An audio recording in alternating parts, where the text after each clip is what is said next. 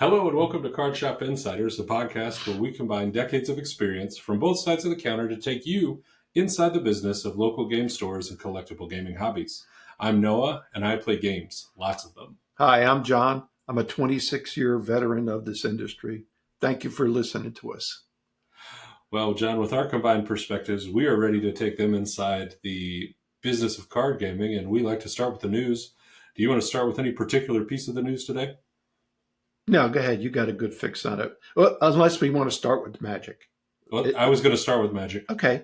Magic the Gathering, Duskmorn is coming out. The pre-releases are this coming weekend. Yep. Friday, Saturday, and Sunday. I think Wizards is doing a good job in promoting the game. In addition to, the buy box promos, they're sending us, the distributors are sending us per Wizards request, 2 boxes of collector boosters, which is 24 packs. And we're supposed to give out 1 collector booster pack per person or per anybody that buys a full box, whether it be a play booster or whether it be a collector box. So I'm not sure why they're doing it. Deep in the recesses of my feeble mind, it's because I think they may realize that this is not the greatest set that's come out and people are a little apprehensive about it and are trying to jumpstart it. That's my own personal opinion. But yeah, I think that's why they're trying to jumpstart it. I think they may be trying to combat like the fall off from a really good set. Bloomburrow's been really, really popular, and they don't want to have a big drop between the two sets. That's true. My first thought is that they're trying to put it out there so that they can get more people to open collector's boosters and be like, oh, look at the shiny things. I want more of those. Sure, I'll spend $20 on that. Maybe. But in my feeble thought process, I think it's because they're trying to increase the sales of this product and make it more valuable to a customer. Say, hey, look, if you buy a box, you get this. So that's what I think is behind the scenes.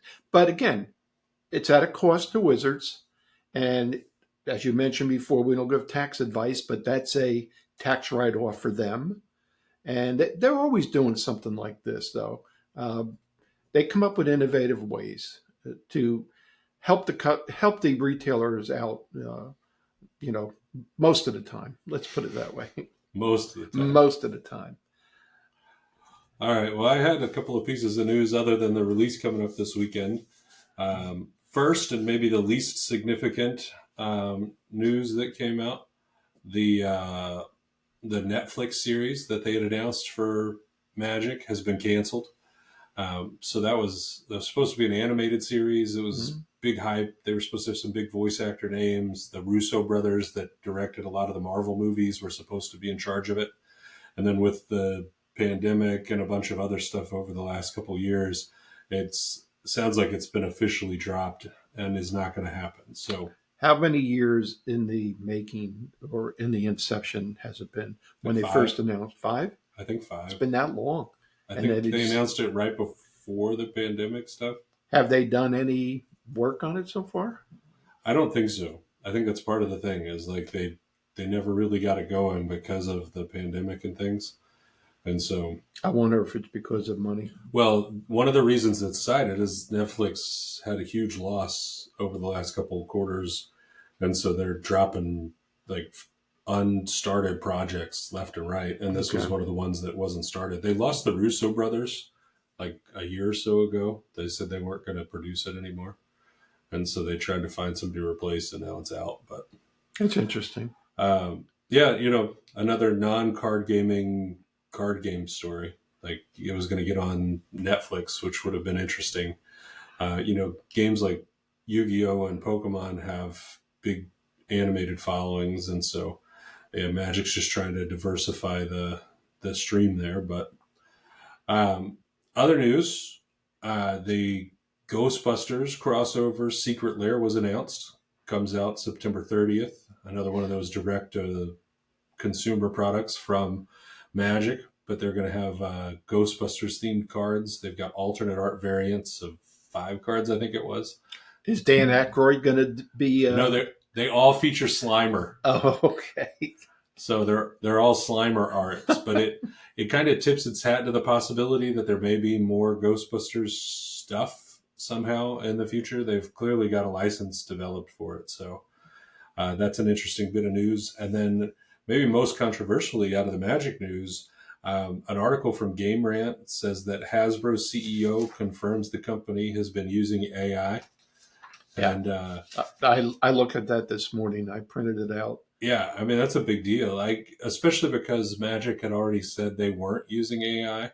There was a little bit of a denial, and then it became like a soft denial. And now it's like, oh, yeah, we use AI. Now, the interesting thing I thought, and correct me if I'm wrong from what you understood in the article, but um, they didn't they didn't say they've been using it for art. I think they had controversy because of the creators, and they backed off of it. But with their denial and so forth and so on, you don't know if they're telling the truth. I mean, the new president or the existing president, the former CEO of Wizards, what's his name? The Cox or De Cock or something like that. Cox CEO. Yeah, it's Yeah, Cokes or Cox. I'm sure his name was butchered it's up over Chris the years. Cox. Chris Cox. Yeah, well, he, I think he speaks with forked tongue. Tell you the truth, and again, it's all about money, and if they could do it a little bit less expensive by doing it AI generated, then they're going to do it. But the controversy is, let's see, back in May 2024, not too long ago, Wizards of the Coast updates its contributor policy to ban AI in the use of finished products. Simultaneously, Hasbro posts job listing for a principal AI engineer for Wizards of the Coast. So uh, Well, so, he's so the distinction there is that Wizards banned AI art, and what Hasbro's saying is that they're using AI in like engine development, text development, other things like that, but that they're not using it in the art. And I think people are worried that there's a it's only a small bridge between using it to generate card text and using it to generate the art that goes on cards. You want to hear about what the artist is saying? Yeah. Did you go into it? All right. Um, this president of or the CEO of Hasbro assured the audience Hasbro would only use AI responsibly and continue to pay creators appropriately for their works. But few artists believe that is possible. So already they're questioning it. To train generative AI to create art or text, developers must train it on existing works. This has led many creatives to denounce the use of AI as it is plagiaristic and threatens their livelihood, since it is a faster and cheaper to use than hiring actual artists and writers. So the artists and the creators, the writer, or, whoever creates these things are already pushing back. So I think Wizards is going to have a problem. Well, it's an interesting area of public policy and modern technology that you can get into. I think I was listening to a stream that was talking about AI art and how to ethically do AI art. And one of the things that comes to mind is that, yes, like an AI engine has to be trained on real art. And one of the things they talked about in the stream was that the ethical way to do this is to pay artists for the right to use their art in an AI training model. But if you think about it right now, artists aren't getting paid for the art schools that reference or show their work. You know, the human mind of an artist has a library of everything they've ever seen in it, and they use past artworks that they've seen in their work now, and nobody's getting paid for that. But that's the thing that like they're not considering, I think, is that they don't they don't acknowledge that they've been affected by other art, when they produce what they're doing. You're getting into the realm of ethics. Well, I What's think that's ethical to use and what's not ethical to use. I think that's the solid question here, though. Artists are claiming it's unethical to use an AI generated work that used their work without their permission as the basis for it. Now, I think things that copy and paste, we've seen some things. There have been some examples in magic art, actually, where things have been copied and pasted by people. Mm-hmm. Like somebody took a piece of art, they put it into Photoshop, they cut pieces out, they put them into theirs. They call it photo bashing, I think. And then they use pieces of a bunch of people's art to make a digital piece of art. And then they don't attribute or credit the art that they stole and put it in their work. And so now we're talking about a thing where a computer would just take concepts and learn itself how to do this and then create it.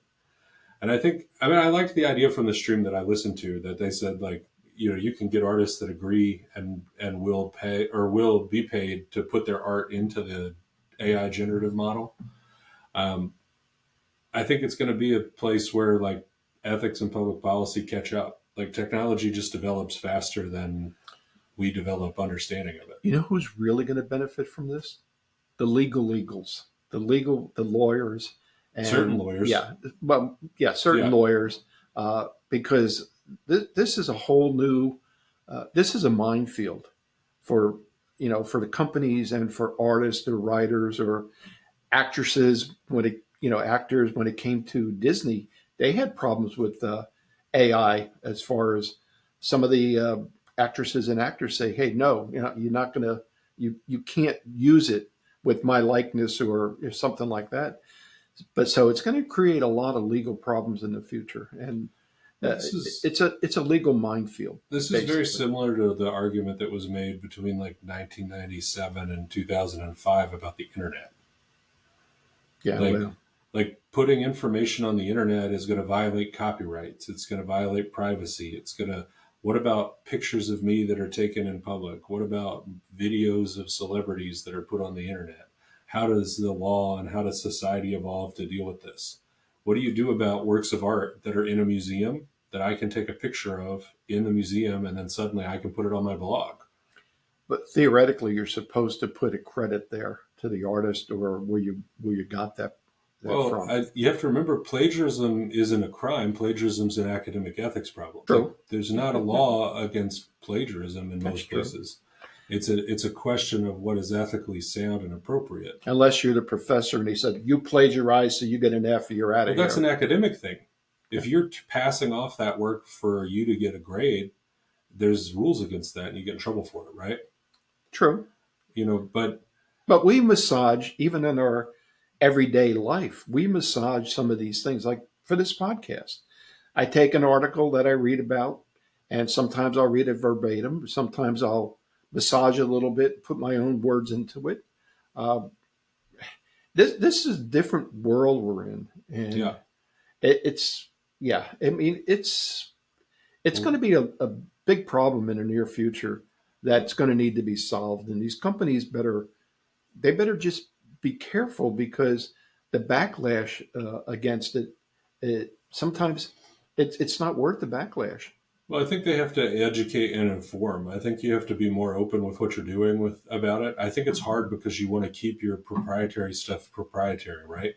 Like if you've got a big competitive advantage that's letting you generate 4 more game sets a year for Magic than other TCGs can because you're using AI in a special way, you don't want everybody to know what that is because then everybody else will do it. Mhm. But at the same time, the only way to combat like the stigma and stereotypes that come with using the new technology is to teach the public how it works and say, hey, we're using it in this way. And this is how we're making sure that artists are getting paid. Because that's what it's about. It's not about credit. Like nobody cares if their name gets put on a thing. If you steal an artist's picture and you say, hey, John drew this picture, but I'm going to get paid for it, John wants to get paid. True. So No, it's about getting artists paid. it's all about the money, Noah. Yeah. It's all about the And money. if artists are getting paid and there's compensation structure that's accepted in the industry that people are agreed to and they're following, I think that needs to be publicly like addressed and articulated. The more stuff that's done secretly and private and isolated, I think that's another thing. Artists can make isolated deals, but why should like Nick get to make a decision for Stephanie and Stephanie has to follow his contract? You know, you should be able to have public discourse about how these contracts are done. They should have lawyers involved to make sure that people are getting treated fairly and making money. And how do you decide fair? But anyway, let's stop our ethics podcast for the day and move back to the TCG game news. Um, why don't you real quick hit on One Piece? I know there was a new set. Oh, One Piece. Tell me what happened. It's rant and rave time. Let's again. do it. Go ahead. What were you going to say about One Piece first? I said it.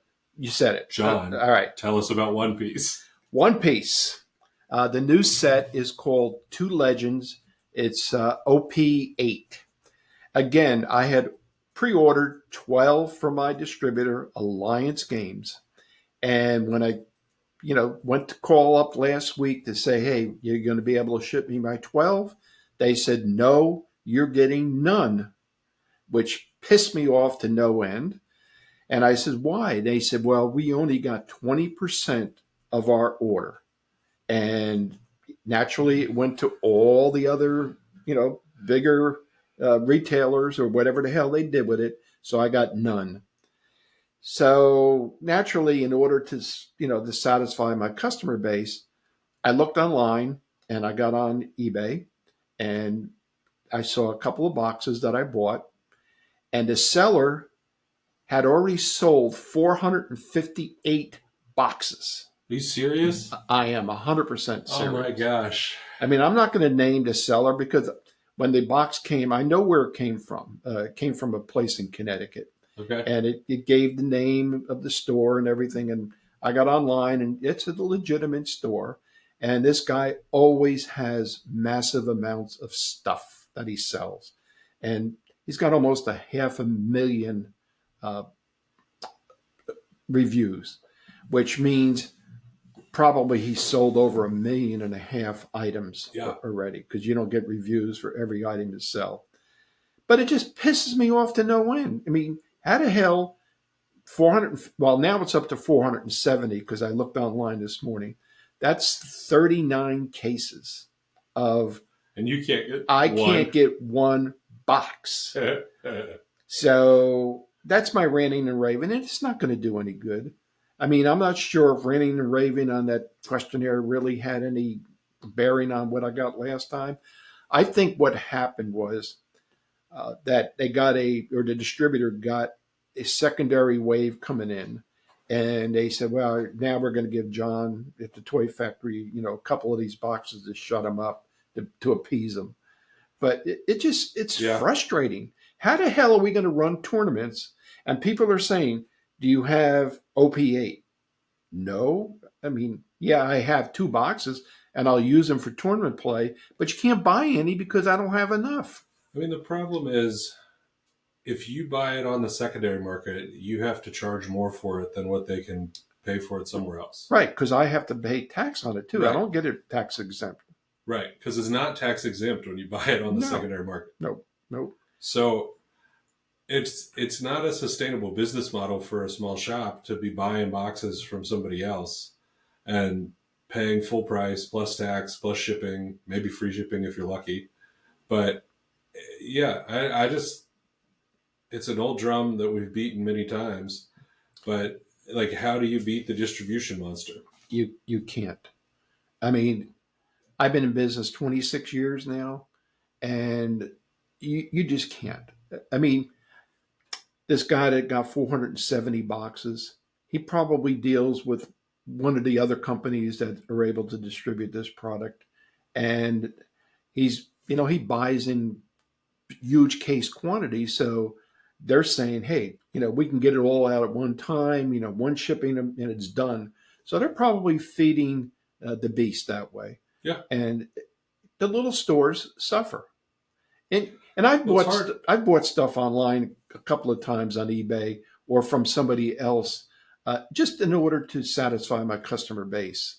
Yeah. And that's something, you have to do, even at a loss sometimes. I'm not losing on this item, but the margin is not as great. You can't take a loss on everything. No. Like, that's the problem. Nope. And this is a recurring theme of a small store is that you have a limited supply, and how do you get it, and how do you sell it, and how do you use it? Um, no, that's disappointing to hear, and maybe the squeaky wheel gets the grease, so maybe you're going to have to do some more ranting and raving on whatever survey they sent you. But Yeah, we'll see. all right, well Go let's ahead. try to tack a different easy topic. Pokemon Stellar Crown came out last week. Not a lot of local hype for it, at least in your shop. Which But one? Stellar Crown for Pokemon, they released Oh on no. Friday. Yeah, It's just a new Pokemon set it's from a you. new Pokemon set, just like every other Pokemon set. I don't have a huge following for Pokemon. I've sold a couple of packs of it, Good. but it's It's a cool set. I mean, if there were Pokemon players around the shop, it would be bought up. It's got some really cool stuff in it. It's got a couple of chase Pokemon from the original 151. It's got Bulbasaur, Charmander, Squirtle. you like it. Your kids like it. They haven't seen it. They don't do You the ought to internet. you ought to buy the 2 boxes that I have on the shelf. Then I should. you should. I should. That sounds like a good idea. That'd be a good way to spend it. Yu-Gi-Oh! There was a little bit of Yu-Gi-Oh! News. So the 25th anniversary tins come out this week. And then there was a little bit of news that Yu-Gi-Oh! So Yu-Gi-Oh! Has digital games that are played on a lot of different platforms. And they made a big announcement that there's a new digital collection being released for Duel Monsters and Duel Monsters 2 and all the other games that are titled here. But the big announcement was that they're releasing this package of games for Switch. And if you buy the physical copy of the Switch version of this, so like the buy this, get 4 versions of the game thing, there's going to be a new promo card called Harpy's Feather Duster that has never before seen special rarity level, which will be a quarter century secret rare that is only going to be available for this quarter century commemoration run. But you have to buy a Switch. But you have to buy the video game. How much is the video game? Probably $50. I don't know. I wonder what the card is going to equate to. Probably $1. Yeah, probably. The way these promo cards work, unless it's popular in some deck, it's not going to be special now. No, it's I not. mean, maybe in 10 years, graded at a PSA 10, it'll be cool because it's got the special rarity icon on it. Yeah, it'll be worth $10 then. Right. And you'll what's spend the grading fees? $25 or $18? $35 to have it graded or whatever the hell they charge nowadays. All right. Well, that's the Yu-Gi-Oh! News for right now. You got any other Yu-Gi-Oh! News? No. All right. We did have news for Star Wars and Lorcana this week. And I'll kind of breeze through those real quick. For Lorcana, they had the Lorecast that we referenced on last week's episode. They announced the name of the new set. It's the Azurite Sea, just so that can be a mouthful for us to have to say in the future. It has new IPs. We knew Rescue Rangers was going to be in it. They announced Big Hero 6 is going to be in this one, and they spoiled a bunch of cards that go with it. They also announced in terms of new products, I know you love getting a new SKU, and so they're going to be releasing something called the Stitch Collector's Gift Set, which is a big box that has a binder and a promo card and some other stuff in it. So that'll be kind of cool, all with Stitch artwork. It'll be popular because it's got Stitch on it. Yeah, you'd think it would be. You would hope it would be. We would hope it would be. They want you to think it'll be, so you buy a bunch of them. Yeah, well, I'm not buying a bunch of them because it'll be in retail in 2 weeks after we get them. And you can just pick it up at Walmart with your groceries. Yeah, that's true. That's exactly it. The troves, though, are going to have dice in them this time. And they've got like damage dice that have 1, 2, 3, 4, 5, 6. Okay. They're cool looking dice. I've had some comments from some of the Lorcana players that they feel they're being overwhelmed with new products. They're coming out too fast. I guess new products come out. Magic does the same thing. Every 3 or 4 months, they're coming out. Quarterly, I think the Magic players are conditioned to it, but maybe some of the Lorcana players who are first-time gamers that got into Lorcana are starting to realize, hey, this is a money pit. It's coming out with new product all the time. In order to be competitive, you have to keep buying this stuff that they're coming out with every 4 months. And I think the realization is starting to hit some of these newer players. Yeah, that's the hobby. Yep, that's a hobby. But open up your checkbook. Again, somebody said, what the hell did they say the other day? The average person spends, or on an average, a person spends $230 a year on their hobby. That's not true. We know that's not true. Well, this is different hobby. That includes Hobbies people. in general. That includes people that do birding.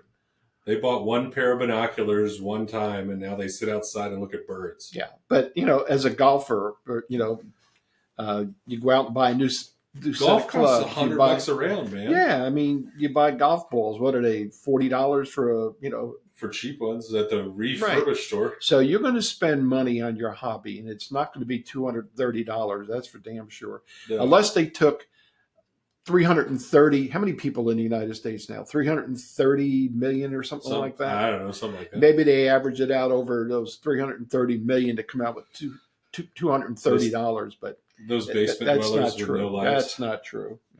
They still spend money on their video game hobbies. Yep, that's exactly it. Other news from the Lorecast, they announced dates for the Continental Championships and locations officially. So December 6th through 8th will be the European Continental Championships.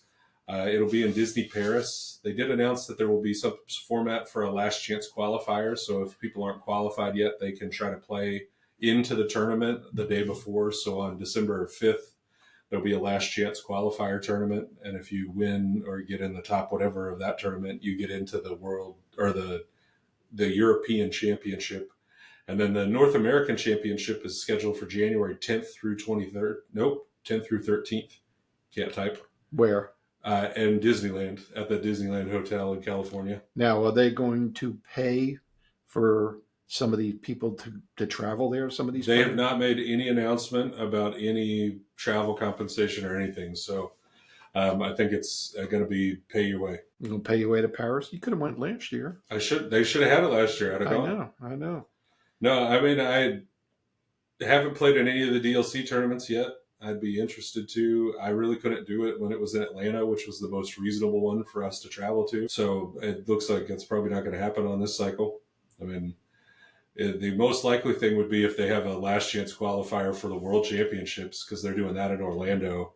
But that's not till like March of next year, I think is what they said. As a gamer that plays Lorcana, do you think that Ravensburger's doing it the right way? What's your opinion about everything the way it is so far? I think there's a ton of hype for the competitive play circuit. I think that it's going to depend on how these three events go. I mean, European, North American Championships should be a big deal. If they run the tournaments well, and it's really exciting. The broadcasts have been hit or miss for me. I mean, I've not enjoyed some of the broadcasts, and then like for instance, the European broadcast last time had two prominent YouTube figures that were streaming it. They did really good.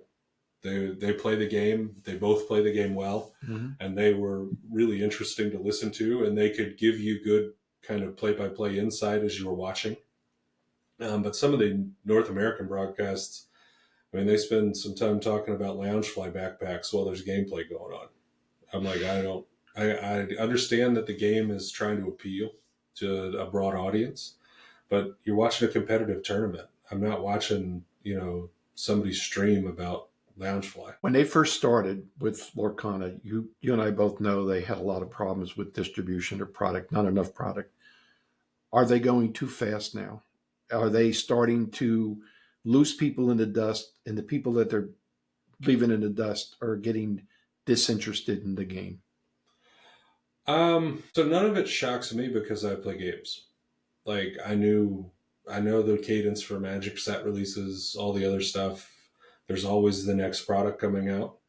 I think the hard thing is just being able to keep up with the development of the game. I still wish there was an online client. If people could play more, I think people could play less. But people right now have to wait to play 2 or 3 times a week outside of their house. Mm-hmm. That's hard. And, when we're able to, I fortunately, everybody at my house plays the game. So if I want to play, I can get one of the 3 of them to play. But like we have friends that are playing here in your shop that they're the only person in their house that plays the game. That's true. And so, they either have to figure out webcam play or they have to come in once a week and get their fix. And I think that's where the hard thing comes in. Like an idle mind is prone to negativity. And if you're not able to come and play the game daily, which some people were doing with the digital client that was available, everybody was happy when that was the case. Nobody was complaining. Is there any talk about a digital? Not from Ravensburger. There's been whispers. One of the influencers got to ask one of the game developers about it at one of these DLC tournaments, and he said that he couldn't comment on it right now, but gave like the heavy wink. Okay. So, I mean, it's probably a thing, but it'll be on Disney Plus. Yeah, I mean, you'll probably have to have a Disney Plus subscription, which, separate rant. I got notified that my Disney subscriptions are all going to go from $18 a month to $90 a month. And what? Yeah, I've got an email, and I pull it up on the website, and it says it's going up by like $3 a month, and not by 70. They're advertising $1.99 right now. Do you see that? Only for new customers. New customers, right? For a year. Those of us that have been doing it for 5-6 years, whenever they came out with it during the pandemic, we're all just SOL. Thanks for your loyalty. Quadruple your payment. Oh, it's just like Amazon Prime. Yeah. People don't know they're paying more for Amazon Prime. Don't tell them. That was a secret price increase. Yeah, I know. I watch everything like a hawk, though. I know, but it's just nuts to me. And like the fact, like these services is 100% bait and switch. Anyway, we'll get off topic, but they said they were going to save us money from cable. And so we were paying these cheap fees. And now 4 years later, it costs twice as much as cable. Mm-hmm. That's true. It's nuts. All right. That's all I got for Lorcana news. The Star Wars news, they sent out the Cascade Games judges update this week. On the judge program, they gave out some statistics. You want to hear some statistics? Sure, go ahead. Let it rip. All right. So according to Cascade Games, they've had over 2,200 people join their official Discord. They have 100 different rules and policy threads. They have 2,000 people who have made accounts on the official judge website. Over 750 people took the Season 0 evaluation during its first 10-day window. And more than 1,100 people have taken the apprentice certification exam. They've got a whole bunch of classes up on the website. You can do video lessons. It's a big deal. I mean, people are really jumping into it. Did you do it? I haven't done it yet. Are you going to do it? I will do everything that I can that they'll let me do so that I can help run the tournaments like here. But you have no plans to I'm not going to go judge a big event. Like, I'm not going to go judge like a planetary qualifier. Is it a paid position if you do that kind of thing? So they announced also in the email, they said that tournament organizers should be reaching out to people that are qualified as recognized judges to invite them to come officiate the planetary qualifiers. I don't know what that means. They didn't say.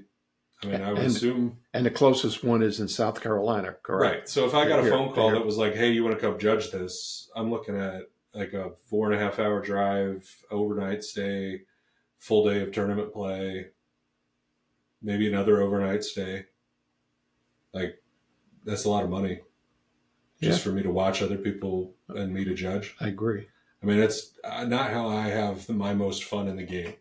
I do enjoy knowing the rules and being able to help people with rules disputes and questions like in the shop and things like that. I think it kind of goes to my profession being a rules person. But, I mean, there are people, though, that get full joy out of it. And I don't discredit those people. And if they want to get fully certified and run these events, then high five them. We have some high-level judges in our YouTube community in the store, and those guys are cool. Yeah, they do a good job. Yeah. And they get compensated for it, though. Well, and that's the thing is they've got to. I'm going to see what I would like to see what they do for compensation. It's not going to change my opinion about what I'll do, but it'd be good to hear that they're doing more than just giving them a pat on the back. So the complete answer will be in future episodes. Yeah, we'll talk about know more. Sure. Yeah. Okay. All right. Well, that's all I got for news this week, John. Shall we go ahead and knock ourselves down towards a main topic? Sure. Let it go, Noah. All right. What did you want to do on our main topic? You said you wanted to talk about a little bit of cold call advertising that incoming to the store and how you respond to it. Yeah. Well, originally I was going to talk about expanding, I mean, finding capital to expand your business and to fund your business. But that's a little bit of a complex subject that I'm going to table until next week. And I think it's maybe a 2 or 3 episode topic to discuss. But I came across something in one of the magazines, and it talks about donations.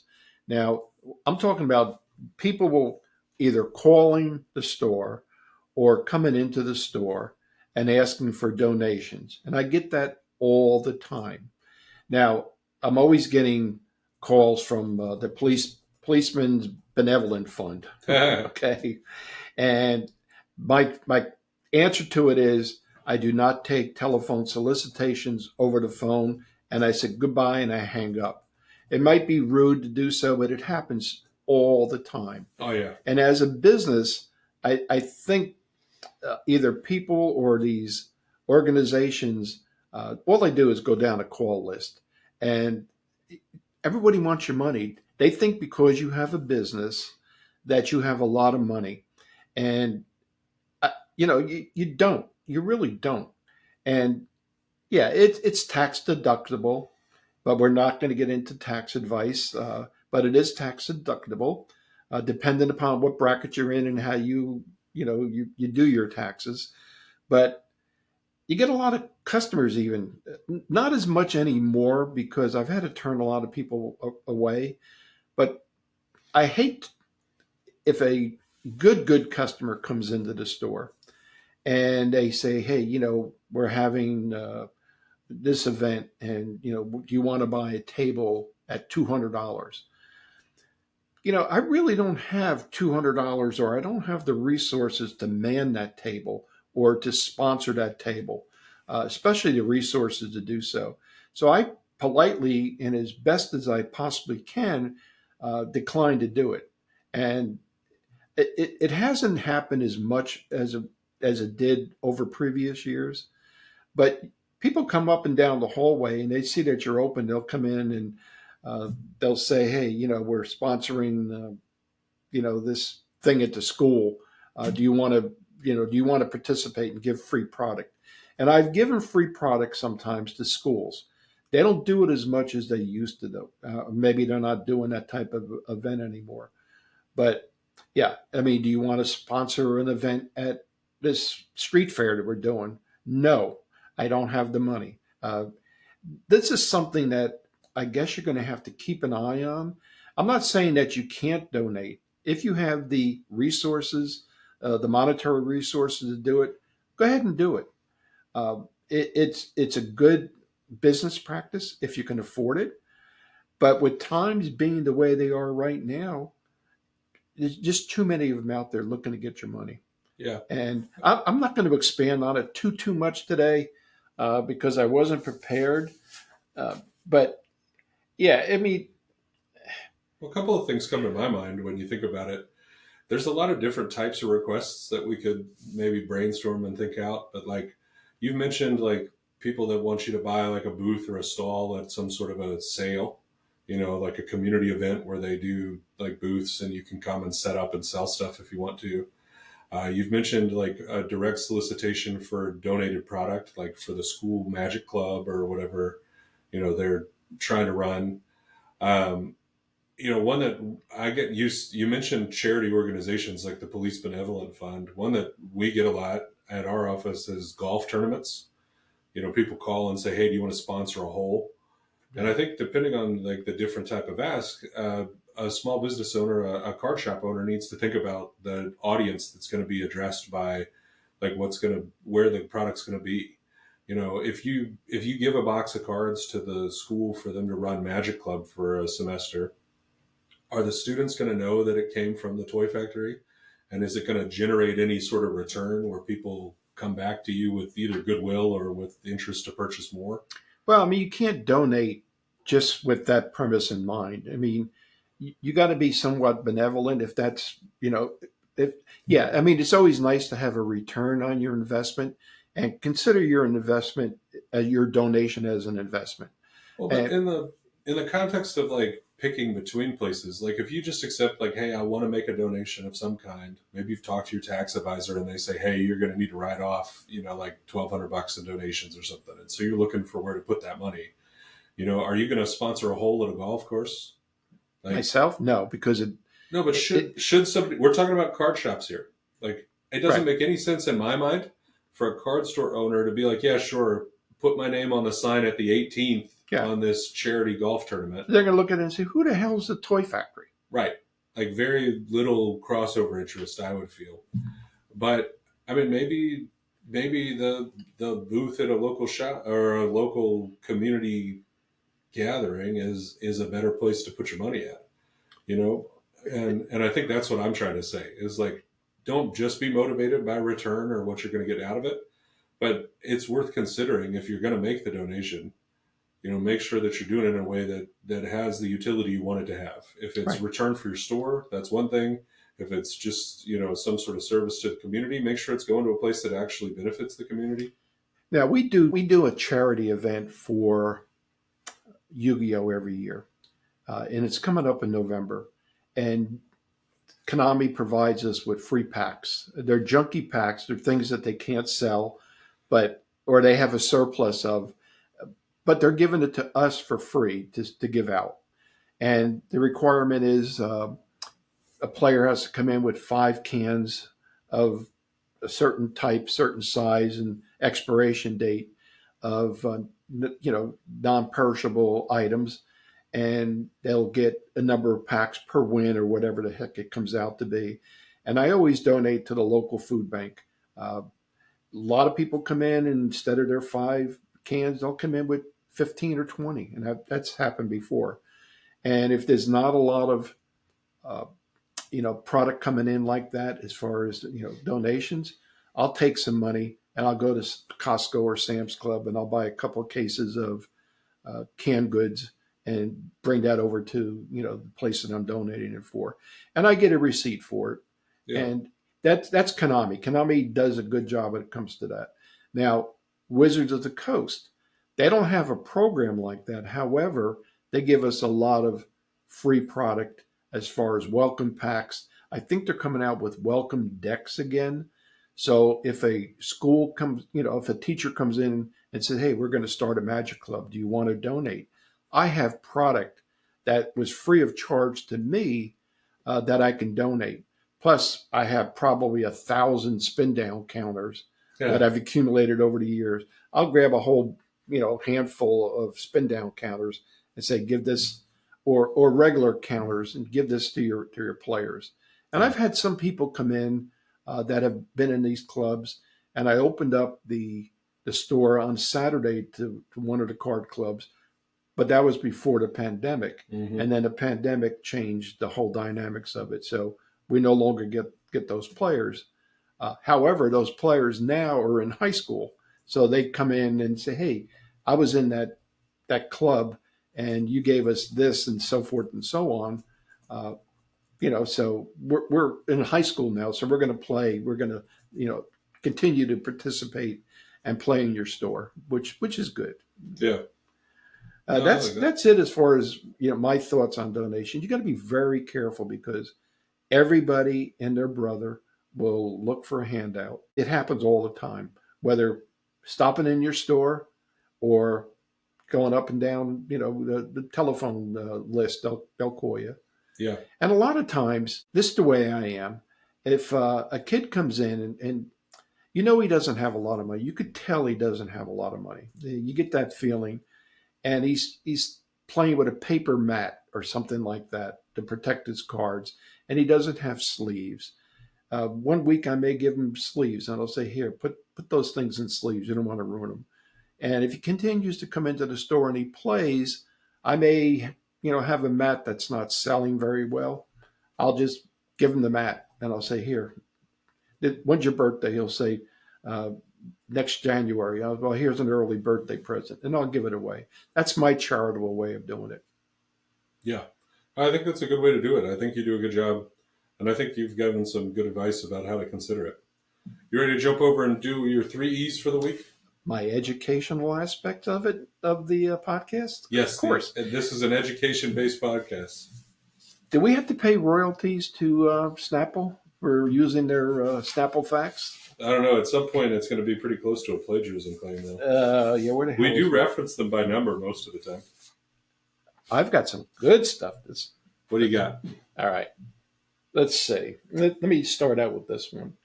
The Statue of Liberty wears a size 879 sandal.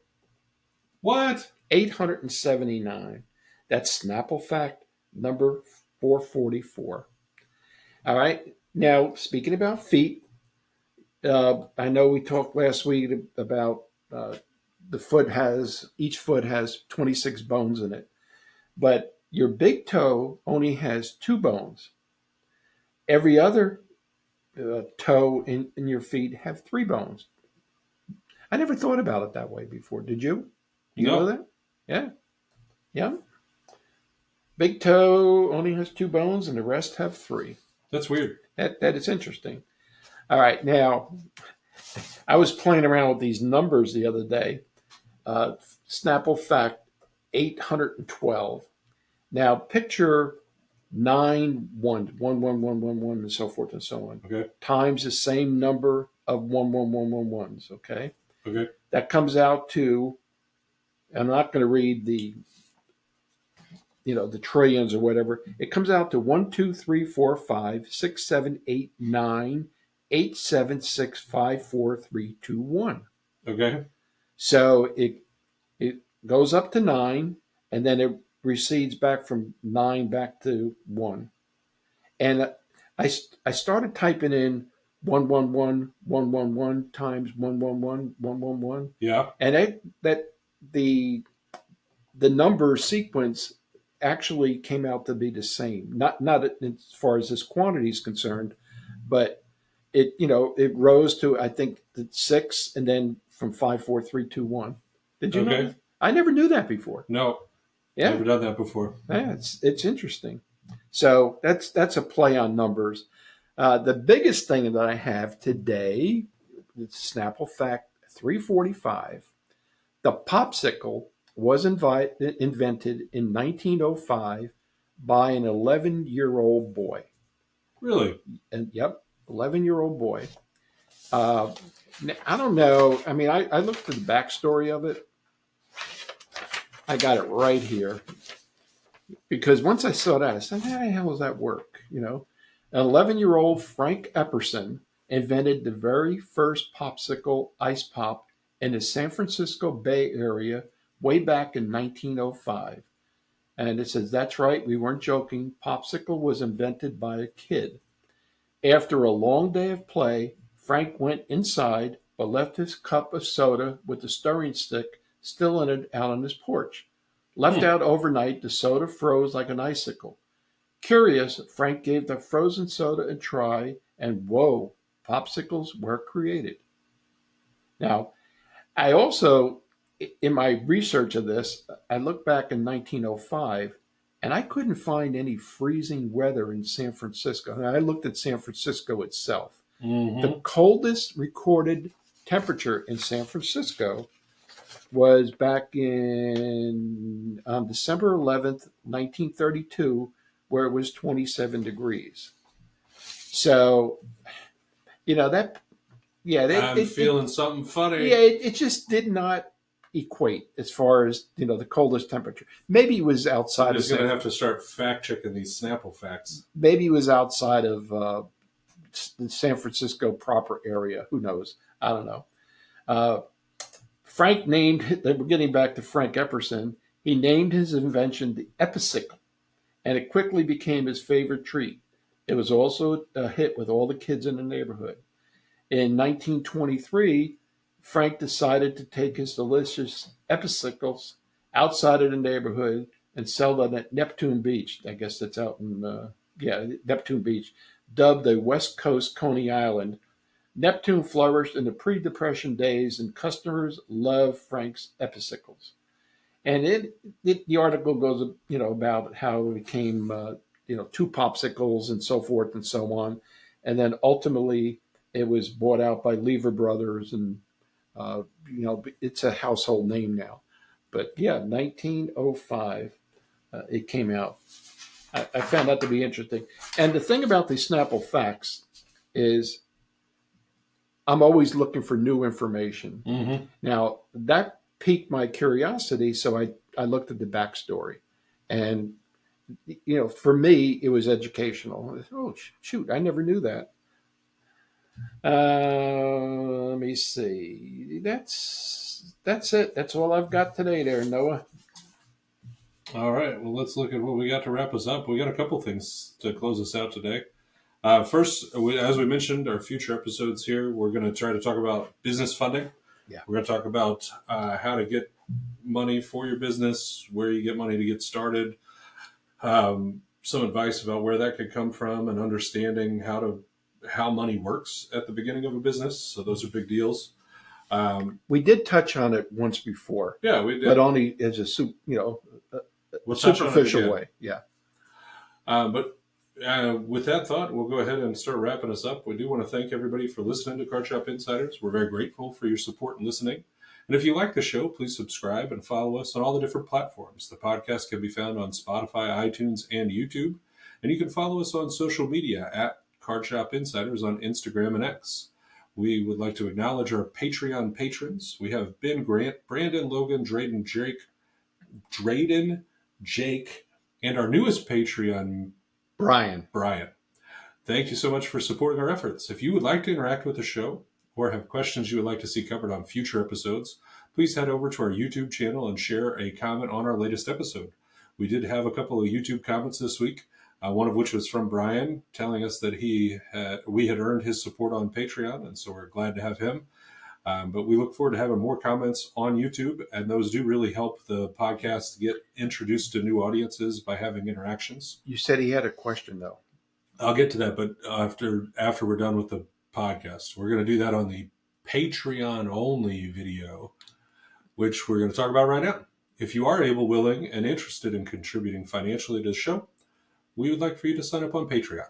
We like it. It's nice. Our basic tier subscription includes access to a behind-the-scenes video, which has John and I talking about the intricacies of the show, some other stuff about the shop, and will now include questions from our patrons that we can answer live on that video. And then we will also post text answers on the forum on Patreon for those that would prefer to read the answer to the questions that get asked. So with that, thank you again, and we'll see you next week from Behind the Counter. Thanks, guys. I appreciate you listening.